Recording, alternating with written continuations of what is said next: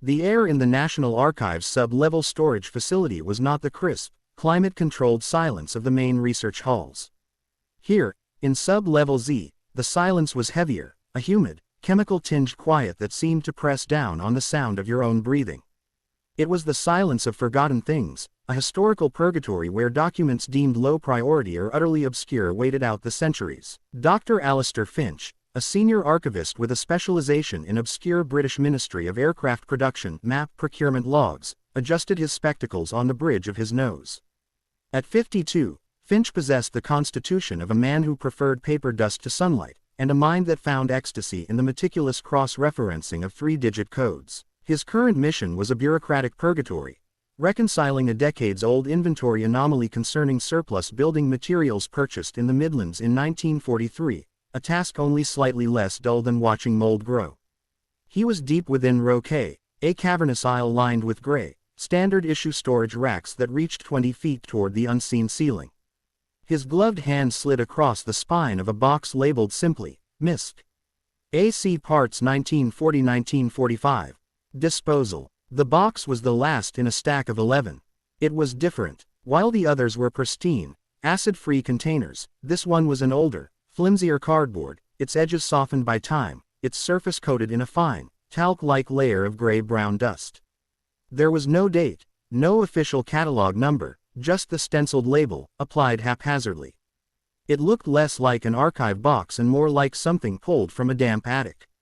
Finch hesitated, a strange, almost electrical prickle running along his forearm. He'd learned in his decades of work that the most innocuous, mislabeled container often held the greatest, or most frustrating, surprises. He pulled the box free. It was lighter than expected. Breaking the seal. Back in the fluorescent-lit isolation of the sorting room, Finch meticulously cut the brittle, twine-like cord binding the box. As the lid was lifted, a cloud of 80-year-old dust puffed out, smelling faintly of old glue, iron oxide, and the unique, sharp scent of aged nitrate paper. Inside, there was no logical sequence. A handful of rusty bolts, a desiccated piece of rubber gasket, and at the bottom, protected, or perhaps simply hidden, beneath a single sheet of crumbling wartime newsprint, lay a slim, brown paper folder. It was unmarked, completely, utterly blank. The paper felt thick and fibrous, the kind used for heavy-duty military drafting envelopes. Finch lifted it out, his fingers now tingling with genuine curiosity.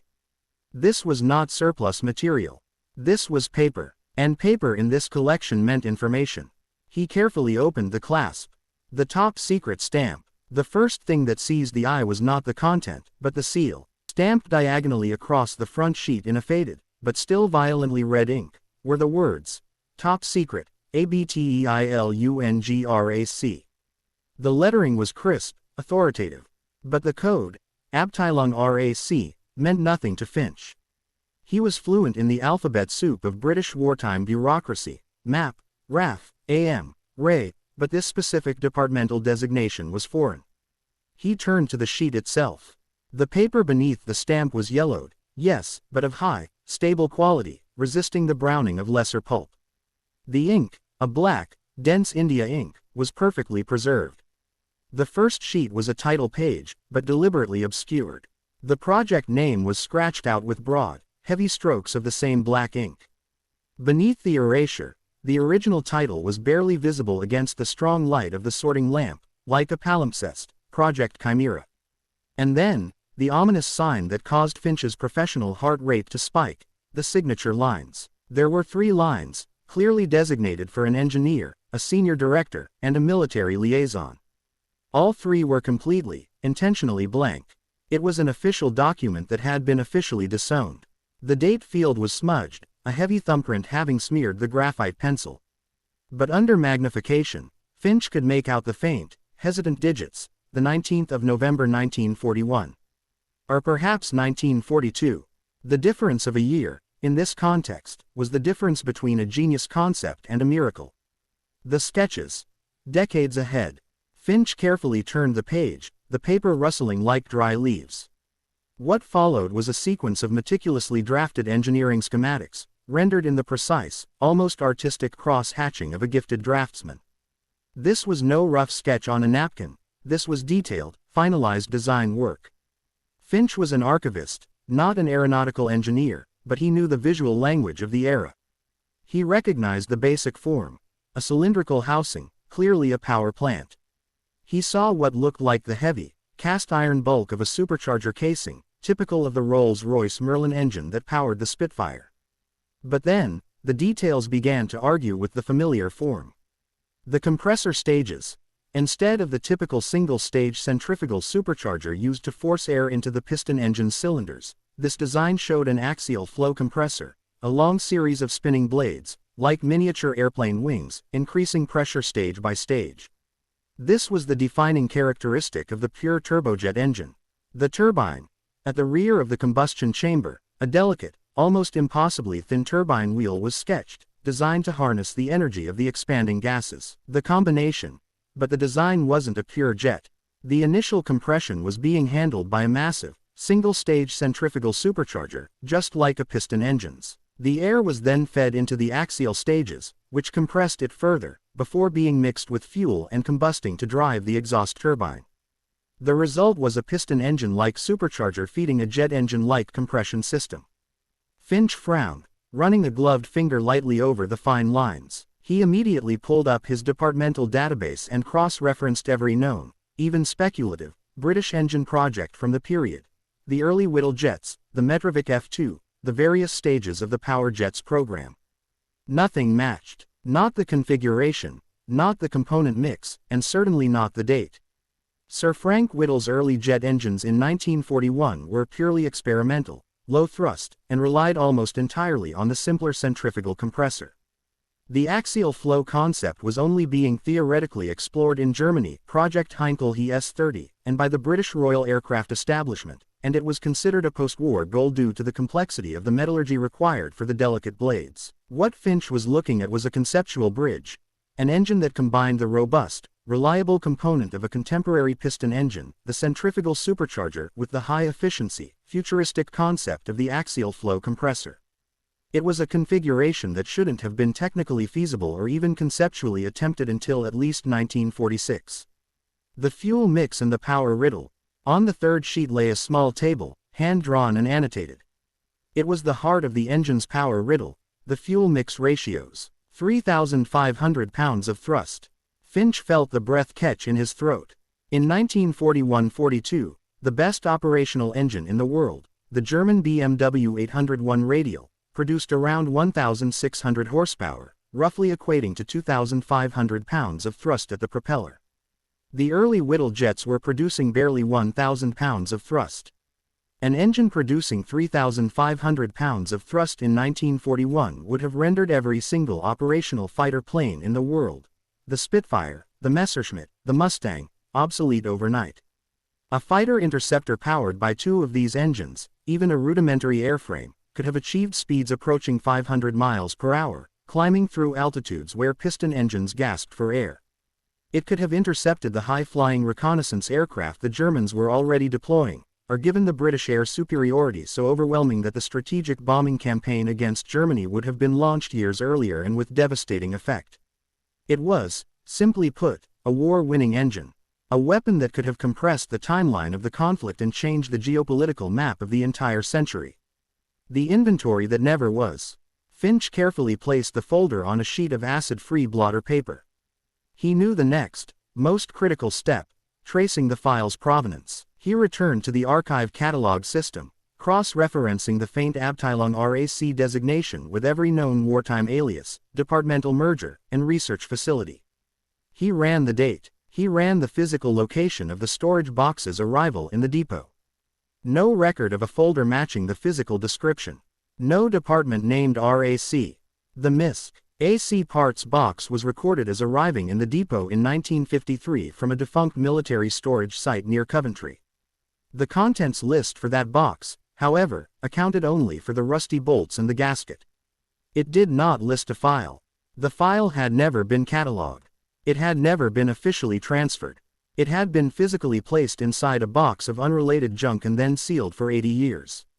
It shouldn't exist in this archive. It shouldn't exist in any archive. The implications were chillingly clear. This wasn't a project that failed and was forgotten. This was a project that had been scrubbed. A deliberate, meticulous operation to erase every trace of the engine, the concept, and the people behind it. Alistair, a junior assistant, called from the doorway. "Did you find the missing procurement log for the 1943 Birmingham lumber?" Finch didn't look up. He was staring at the blank signature lines, at the top secret stamp, and the impossible thrust figures. He felt the cold shock of a man who realizes he hasn't just found a document, but has stepped into an open grave. He had found a historical black hole, a secret that, for nearly a century, had been hiding in plain sight, protected by nothing more than a layer of dust and a critical error in clerical procedure. The secret engine, the engine that could have changed the war. And now, the hunt for the engineers who created it would begin. A hunt for a history that had been deliberately silenced. The initial shock of discovery gave way to a focused, almost obsessive investigation driven by Dr. Finch. His methodical, archival mind now worked like a forensic investigator's, sifting through the engineered silence for a single whisper. The file itself offered almost nothing. The erasure of the project name, the blank signature lines, the phantom departmental code, it was a masterclass in bureaucratic obstruction. But engineers, even wartime ones under extreme secrecy, had professional habits. They annotated. Finch spent a week under controlled light, examining every millimeter of the 5 schematic sheets. He was looking not for official stamps, but for the unconscious marks of the creator, and he found them. In the bottom right corner of the schematic detailing the fuel injection system, next to a tiny, meticulously drawn valve, were 4 nearly invisible graphite notations, a circled letter, K, with a tiny superscript, 2. A stylized drawing of an arrow hitting a target, a recurring doodle, the word, Stanton. The K2 feet was a common designation for a specific type of drafting pencil. The fraction was a simple ratio, meaningless out of context. The arrow and target was a habit. But, Stanton, that was a name. Finch's database search for a Stanton connected to wartime aircraft engine design returned 17 candidates. He had to filter them. The quality of the drawings was the key. This was not a theoretical physicist, but a practical, world-class draftsman and thermodynamicist. The precision of the turbine blades suggested a specialist in high-speed fluid dynamics. After 3 days of cross-referencing educational records with known project rosters, Finch found a promising match. Dr. Elias Stanton, a brilliant, but professionally obscure, thermodynamic engineer. Before the war, Stanton had published groundbreaking work on supersonic airflow and high-temperature alloys at the University of Cambridge, work that was considered highly theoretical, until this file. Tracing the obscure institute tracing Dr. Stanton led Finch to a secondary, even more tantalizing clue. Stanton's official employment record for the period 1941-1945 was a single, cryptic entry. Employed. Research Institute for Applied Physics RIAP. Location. Birmingham. The Research Institute for Applied Physics RIAP. Finch ran the name through the map records, the Home Office records, and even the wartime land registry files. The RIAP did not exist. Or, rather, it had existed. Finch discovered that the Birmingham address listed was an unassuming former mill building on the city's outskirts, purchased by the Ministry of Supply in early 1941. Official records stated it was used for storage of non-strategic materials and occasional billet for staff. Yet, the land registry contained a series of high-security requisitions for the site. 24-hour military guard posts, specialized soundproofing installation, and the addition of a high-power electrical transformer, equipment utterly unnecessary for storing crates of non-strategic materials. Finch had found the black box. The RIAP was not a real institution, it was a ghost designation. A convenient administrative lie used to conceal a top-tier, hyper-secret research facility. He cross-referenced every individual whose wartime employment was listed at this specific Birmingham address. The list of those who worked at the Phantom RIAP. The resulting roster was small, shockingly so for a project of this scale. 13 names. Dr. Elias Stanton. Lead thermodynamicist. Mr. Arthur Vance. Materials Science Specialist, High-Temp Alloys. Mrs. Eleanor Grant. Advanced Fluid Dynamics Mathematician. 10 Further staff. Technicians, draftsmen, and a Chief Security Officer. These were the 13 people who had come dangerously close to building the impossible. The abrupt end. Finch's investigation turned immediately to the employment and service files of the 13 RIAP personnel. He was looking for a pattern, a trail of post-war work, or perhaps a hint of a final, glorious success. He found only silence. And a single, terrifying uniformity. Every individual's official service file had been closed on the exact same date, October 14, 1945. Not the end of the war. Not the disbandment of the project. A date 6 weeks after VJ Day, when the entire country was demobilizing and the machinery of secrecy was beginning to be dismantled. The termination entry was identical for all 13. Service concluded. File classified 7A. Finch was meticulous in his search for the subsequent records. Death certificates. None issued in the UK or the Commonwealth. Post-war employment records. No trace in the civil service, academia, or private industry. Not a single national insurance contribution. Immigration relocation papers. No records of emigration to the US, Canada, Australia, or any allied nation. The common destination for high-value German and Allied scientists post-war. Pension records. Zero claims. The historical record insisted that on the 14th of October 1945, 13 of Britain's most talented scientific minds simply ceased to exist in any official capacity. Echoes from the past. Finch knew he had to move beyond the paper trail and seek out the last faint echoes of these vanished lives. He began the painful process of interviewing surviving family members, children and grandchildren who, in the early 21st century, often knew only fragments of their family's wartime story. He traveled the length of Britain, sitting in quiet sitting rooms, recording oral histories, and piecing together the ghost images of the engineers. Dr. Stanton's daughter, Martha, age 88, father was never the same after 1941. Before, he was all jokes and equations on the tablecloth. After, he was distant. He'd pace the garden at night.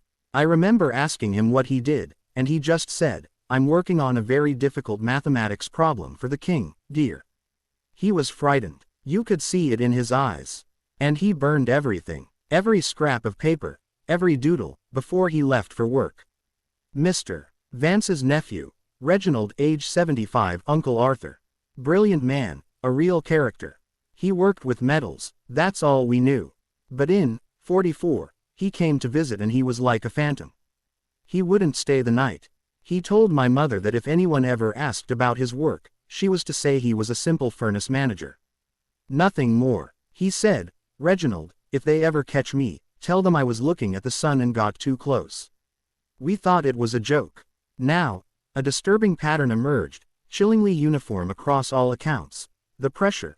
The engineers were under extreme duress, exhibiting signs of paranoia, fear, and secrecy far beyond the normal requirements of wartime classification. They were not proud of their work. They were terrified of it. The visitors. Nearly every family recalled mysterious, late-night visitors. Men in tailored, expensive civilian suits, sometimes with a faint military air, but never in uniform. They carried thin, leather briefcases and conducted short, hushed conversations with the engineers in the hallway or the garden. The engineers would emerge from these meetings visibly shaken. The last day, the final, agonizing detail. Every single family described a sudden, unannounced departure in the autumn of 1945. A rushed letter, a quick, tearful goodbye, a promise to write that was never kept.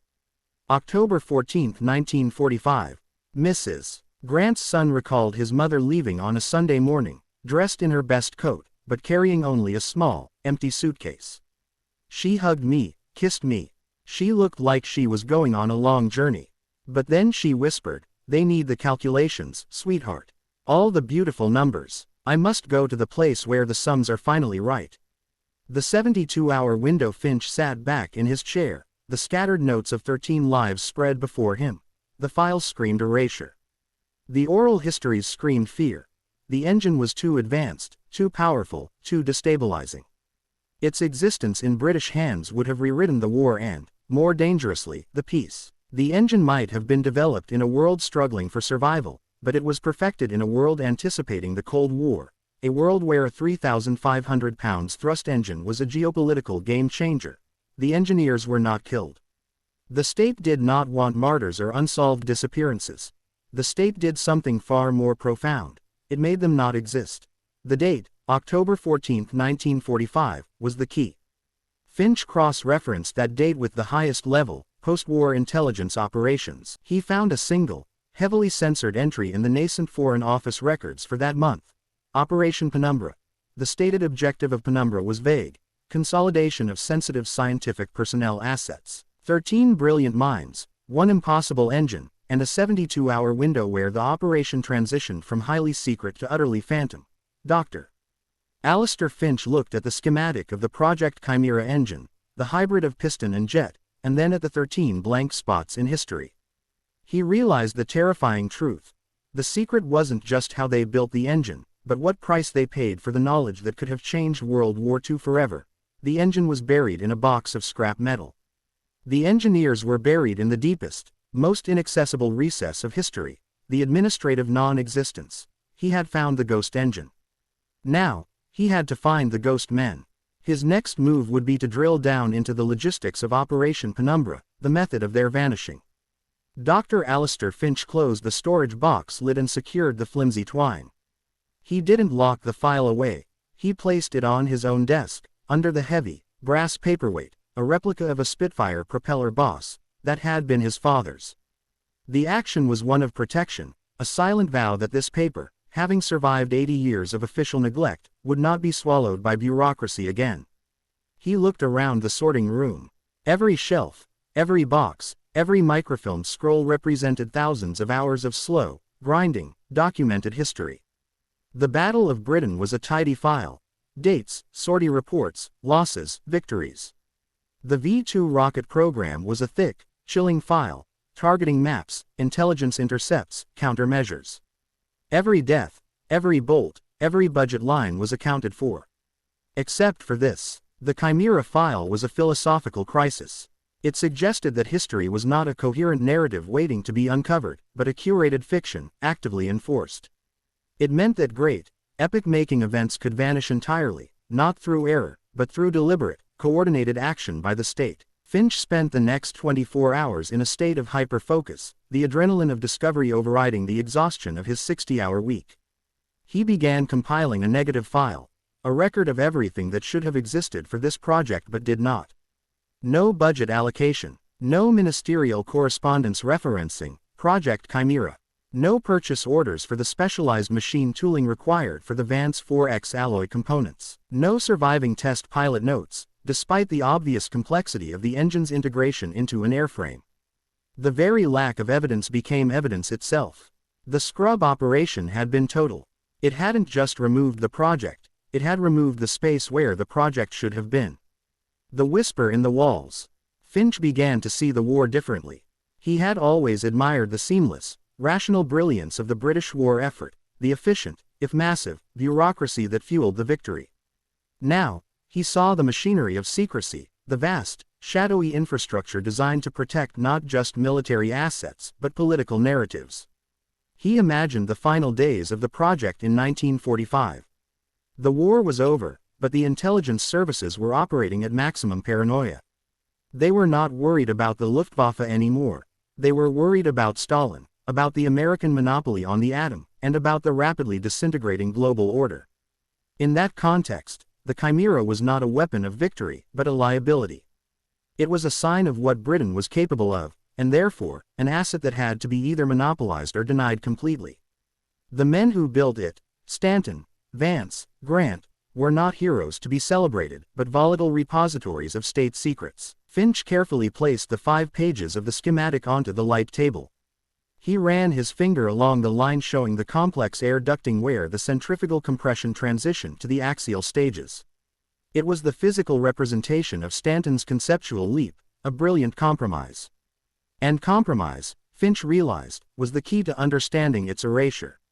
The hybrid nature of the engine, part piston, part jet, meant it didn't fit neatly into the vision of the future held by either the proponents of Whittle's pure jet or the powerful lobbies promoting Rolls-Royce's continued piston engine dominance.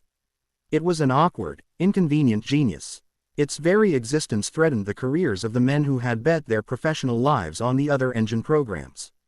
And that, Finch knew, was as powerful a motive for destruction as any ideological threat. The hunt for the engineers had led to the terrifying ghost facility of LADRU. Now, the hunt for the engine's patron, the shadowy figure who protected it and then destroyed it, would begin. The story transitioned from a technical secret to a conspiracy of power. The fate of the 13 RIAP engineers on October 14, 1945, was not merely a tragic footnote, it was a demonstration of the absolute power of the British intelligence state at the moment of its greatest institutional expansion.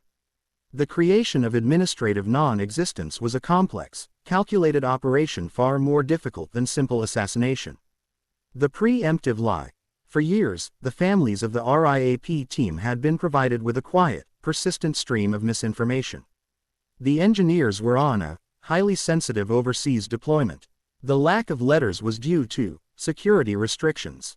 The constant, low-level flow of half-truths created a state of suspended grief, priming the relatives for the final, official lie of the service concluded stamp. When the files were sealed, the families, exhausted by years of worry, had no choice but to accept the silence as an enforced tragedy. The financial black hole, a major complication in making 13 individuals vanish as money, pay, pensions, and social security. Finch discovered the genius of the deception lay in the Central Services Holding Account (CSHA), a repository of funds drawn from unclaimed casualties and dormant government accounts. The engineers' salaries at LADRU were paid directly from CSHA, funds that could not be audited or traced by civilian authorities, ensuring their ongoing maintenance was financially invisible. The silent witness, the chief security officer among the 13 vanished names, was a figure unique in the technical roster. Captain Richard Hollis, Chief Security Officer, RIAP.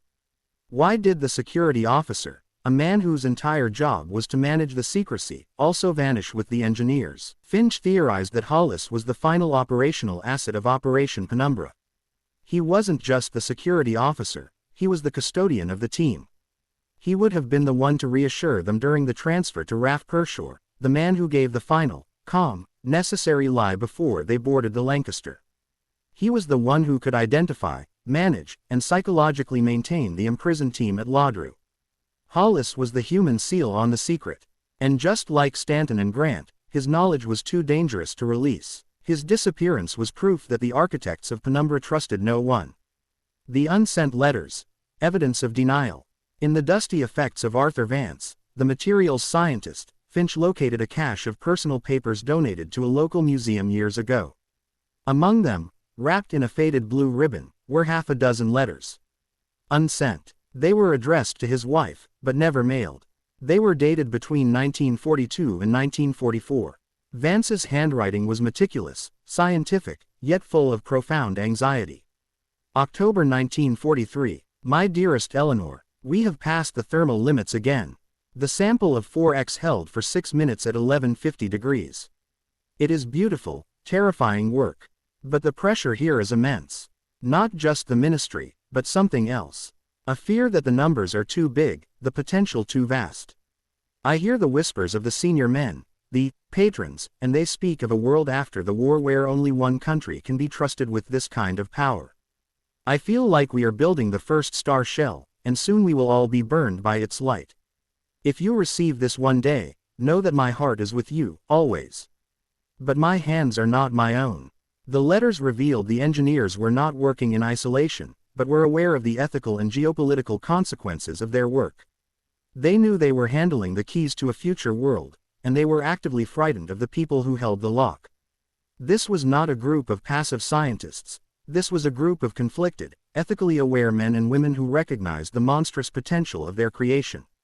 Their fear wasn't of failure, but of success. The operation to erase them was not just a security measure, it was a preemptive strike against their potential descent. The state did not want its finest minds questioning the use of its ultimate weapon. The final element of the Chimera story was not technical, but ideological. Who stood to lose the most if this engine succeeded? The answer lay in the halls of power, where a war of ideas was already raging. World War II was not just fought with bullets and bombs. It was fought in the drafting rooms and test beds of the world's leading research bureaus. The engineering ideology behind aircraft propulsion was deeply polarized, and the emergence of Project Chimera in 1941 struck at the heart of this conflict. 1. The piston engine dominance. Britain, USA. Britain and the US were masters of the high-performance, supercharged piston engine. Companies like Rolls-Royce Merlin engine and Pratt & Whitney Wasp engine were industrial titans, their entire infrastructure, workforce, and supply chain optimized for complex, multi-cylinder, liquid-cooled power plants. To them, the piston engine was reliable, proven, and continuously improvable. The stake: political and industrial power. The engineers and executives leading these firms were immensely influential. A successful jet engine threatened to render their entire professional existence, and their massive wartime profits, obsolete. 2. The pure jet. Whittle, Germany, across the Channel, and secretly in Britain, the pure turbojet engine represented radical futurism. Frank Whittle, in Britain, and Hans von Ohain and Anselm Franz in Germany, saw the piston engine as a historical relic. They embraced the pure, high-speed, high-altitude potential of the jet. Their challenge was technical: metallurgy, efficiency, and reliability. The stake: legacy and scientific vindication. Whittle fought a bitter, continuous battle for funding against the traditionalists. Chimera's hybrid design, using the centrifugal compressor, was, to the pure jet advocates, an ideological compromise, a cowardly retreat that risked slowing the progress of true jet flight. 3. The rogue hybrid Chimera. Stanton's Chimera was a provocation. By combining the old centrifugal and the new axial, it achieved a massive power jump without waiting for the post-war perfection of axial technology. It was a 1941 solution to a 1946 problem. The threat: to Rolls-Royce. Chimera proved that the materials science and thermodynamic knowledge existed to build a successor to the Merlin right now, not in some distant future. It meant the need for high-performance piston engines would collapse immediately. To Whittle. Chimera proved that a rival concept, one that challenged the purity of his vision, could deliver far greater thrust much sooner. It threatened to steal his thunder, his funding, and his historical claim as the sole pathfinder of British jet power. The internal memos: panic in the corridors. Finch uncovered a series of anonymized, high-level meeting minutes from the Ministry of Aircraft Production (MAP) from early 1942, shortly after the first successful static tests of the Chimera prototype at RIAP. The tone shifted from professional curiosity to outright panic. MAP Committee on Propulsion Strategy, the 25th of March 1942. Chairman: I must insist that the origin of this Project Chimera be formally identified. Which appropriations account as funding the metallurgy? Rolls-Royce liaison: unsigned. The performance metrics being circulated are frankly impossible. They contravene known limits of thermal efficiency for current alloys. It is statistically certain that this is an elaborate hoax, perhaps enemy disinformation planted by a double agent to slow our own legitimate turbojet program. Whittle representative annotation: WP, hoax that demonstrably outperforms the F.2 prototype on the bench. Regardless of its bastardized configuration, if these numbers are real, we must assume a major leak of alloy and design principles. Admiralty liaison: gentlemen, the performance is not the issue. The secrecy is the issue. An engine this disruptive, unlisted in any inventory, managed outside of all existing committees, this suggests a rogue authority, operating at the highest level of government. Who has the authority to bypass the entire map? The memos paint a picture of utter institutional confusion and rage. Chimera was not just a technological threat, it was a political anomaly. It had no paper parents. It had been conceived and funded through a hidden channel, suggesting a single, powerful patron dedicated to its success, but equally dedicated to concealing his involvement. The hidden hand. The patron of Chimera. The engineers had a patron.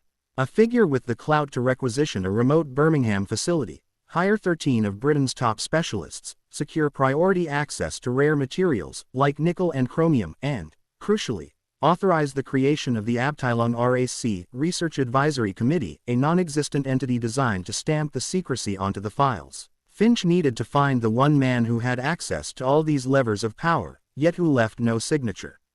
He began tracing the supply chain backwards from the RIAP facility. The land requisition. The purchase of the Birmingham mill in 1941 was signed by a junior civil servant in the Ministry of Supply named Dennis Thorne. Thorne had died in 1953.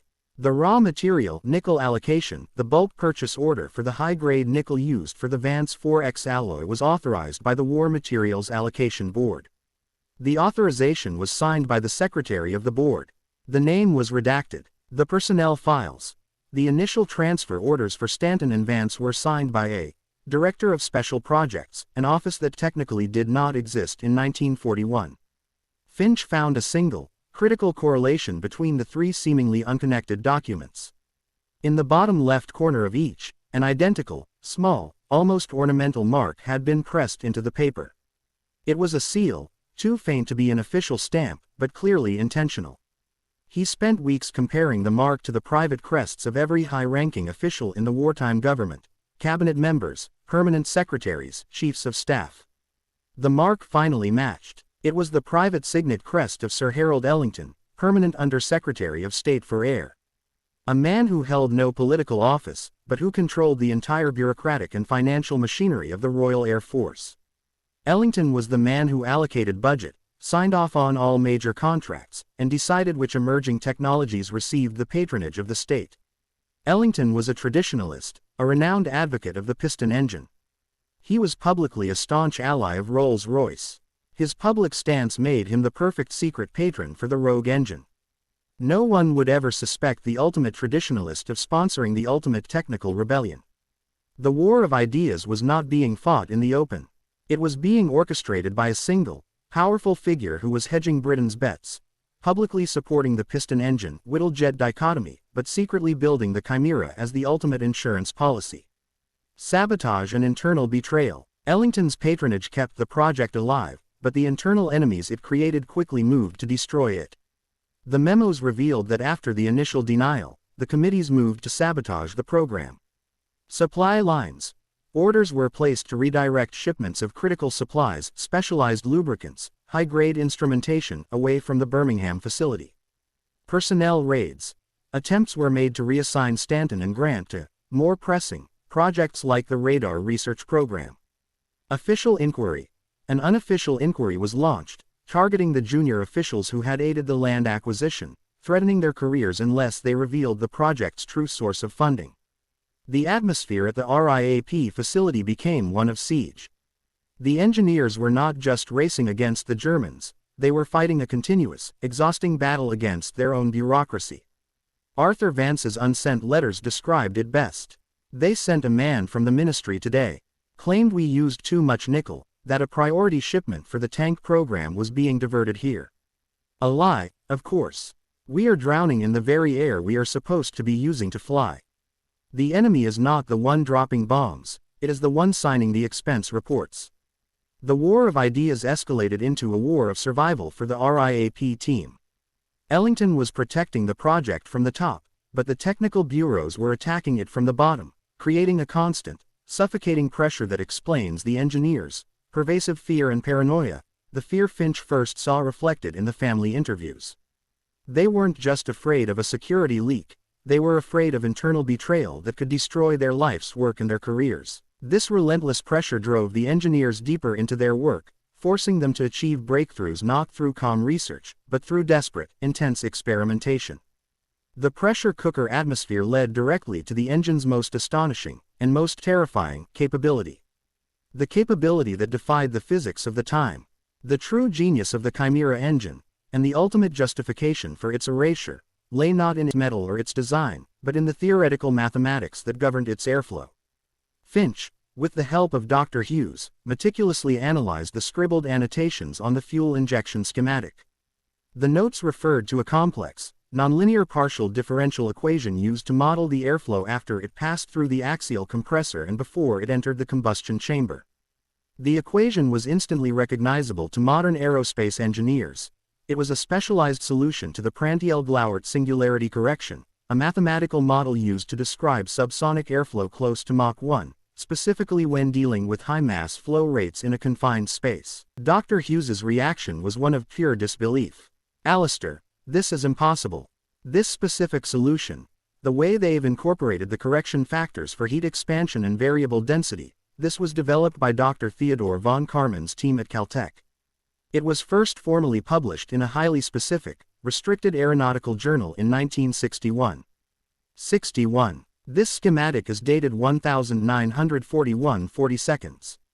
How could Elias Stanton, working in a remote mill in Birmingham, be using a mathematical tool that wouldn't be invented, proven, and published by the world's leading aerospace experts for another 20 years.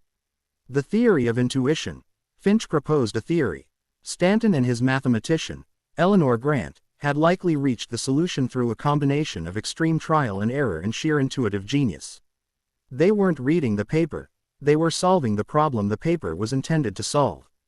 The unique hybrid design, the centrifugal compressor slamming air into the axial stages, created an extremely chaotic, near supersonic flow that demanded this precise mathematical correction simply to prevent the engine from destroying itself. Their engine was forcing them to solve future physics, variable geometry and the afterburner secret. The pursuit of this perfect airflow led the RIAP team to two further, revolutionary design concepts detailed in the burn test logs. 1. Variable geometry intake vanes (VGV). The logs describe the testing of flaps, located at the very entrance of the axial compressor. These were the variable geometry intake vanes, designed to twist and change the angle of the air entering the compressor blades based on the engine RPM. The breakthrough. This was critical to preventing compressor stall, the dreaded phenomenon where high-speed jets would lose thrust during maneuvers. Modern fighter jets rely heavily on VGV systems. The fact that Stanton was experimenting with a mechanical, electro-hydraulic solution in 1942 was a monumental achievement, pushing mechanical engineering to its absolute limit. 2. The early afterburner concept. A series of sketches at the back of the folder show a secondary fuel injection ring located immediately after the turbine. This was the rudimentary afterburner, a system that injects and ignites fuel in the exhaust nozzle to provide a short, massive boost of thrust. The annotation for this section was written in Grant's unmistakable, precise hand, for temporary, high-altitude interception only. Fuel consumption. Catastrophic. Thrust factor. Plus 1.6. This meant the engine, already theorized at 3,500 pounds of thrust, could, for brief periods, be boosted to over 5,600 pounds of thrust, a figure that would not be consistently achieved by any nation until the mid-1950s. The terrifying test log. The 41 seconds. The partially burned test logs Finch recovered contained the harrowing climax of the project. The tests were run in a heavily soundproofed bunker at RIAP, the prototype engine bolted to a reinforced concrete test bed. The log entries detail a series of failures, metal fatigue, excessive vibration, and numerous meltdown events due to the intense, unmanageable heat. Test failure rates were over 90%. Then came the entry for September 1944. The successful creation of the Vance 4X alloy had stabilized the turbine, and Grant's VGV mathematics had solved the compressor stall. Log entry 21.09.44. Unit Chimera P2. 0910 RPM ramp initiated. Smooth transition through stages 1 to 4. VGV feedback stable. 0915 achieved 14,800 RPM. Measured thrust. 3,450 pounds. Airframe vibration acceptable. Temperature T2 max. 1,100 degrees Celsius sustained for 60 seconds. 0917 order for full throttle, maximum injection. Signed. Hollis, R.C. 091734. Thrust gauge spiked off scale. Estimated peak thrust. 5,650 pounds. VGV holding. Engine note. Scribe illegible due to vibration damage. Note. Sound baffling integrity compromised. Unit vibration excessive. 091815 thrust spike sustained for 41 seconds. Stanton initiated emergency fuel cutoff. Engine spool down. 920. Post-test observation. Engine is intact. Test bay structural damage severe. Security personnel, Hollis, visibly shaken. The potential is unquantifiable. We have surpassed the known boundaries of high-temperature propulsion. Physics textbooks of the time said it couldn't work. We have proven them wrong. The terror of the engineers. The 41 seconds of sustained, impossible thrust was the moment the engineers crossed the event horizon of their own project. They had not just built a better engine, they had built a device that momentarily transcended the known limits of human engineering and materials science. The log note. Security personnel, Hollis, visibly shaken. This wasn't just technical success, it was psychological shock. The sheer violence of the thrust, The deafening yet silent resonant frequency of the engine, the power that threatened to tear their meticulously constructed test bay apart, it instilled a profound terror. They had been ordered to build the greatest weapon of the war. They had done so, but in the process, they had created a monster. Stanton, Vance, and Grant had achieved a scientific miracle, but they now understood that the power was too immense, too difficult to control, and far too dangerous for the hands of the very men who had commissioned it. Men like Sir Harold Ellington, who saw the world in terms of political leverage, not scientific responsibility. The order to destroy. Finch theorized that the ultimate irony was that the order for Operation Penumbra, the one that secured the engineers and their blueprints, was issued by the engineers themselves. Or at least, their concerns were relayed to Ellington, who used their fear to justify the final, total erasure. The test log ends with a single, philosophical annotation in Stanton's hand, dated weeks later, just before the October 1945 vanishing. "We sought fire and we found it. We have burned the book of engineering principles. Now, the knowledge itself must be extinguished. The engine is a proof of concept for a terrible new world. Better it dies here, now, than flies over a city."